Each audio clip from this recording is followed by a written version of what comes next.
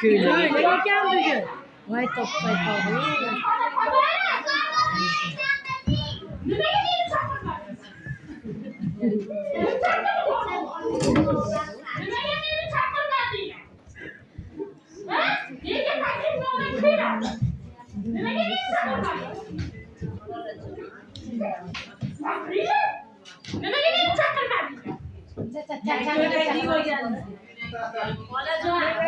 Siz hayajonlantirib diye. Judayam chiroyli, go'zal bo'lib kelganingiz uchun buni hayajonlanib so'zlarni topolmay qoldi.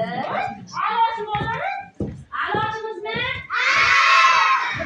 Endi men chaqirmaganimni men qorboqni sotib qo'ydim. Topasini ham olib qo'ydim.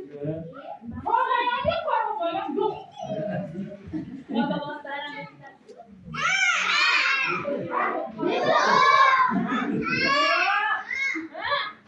Bolajon, sovg'amiz bor, juda chiroyli sovg'alar beradi bolalarimiz.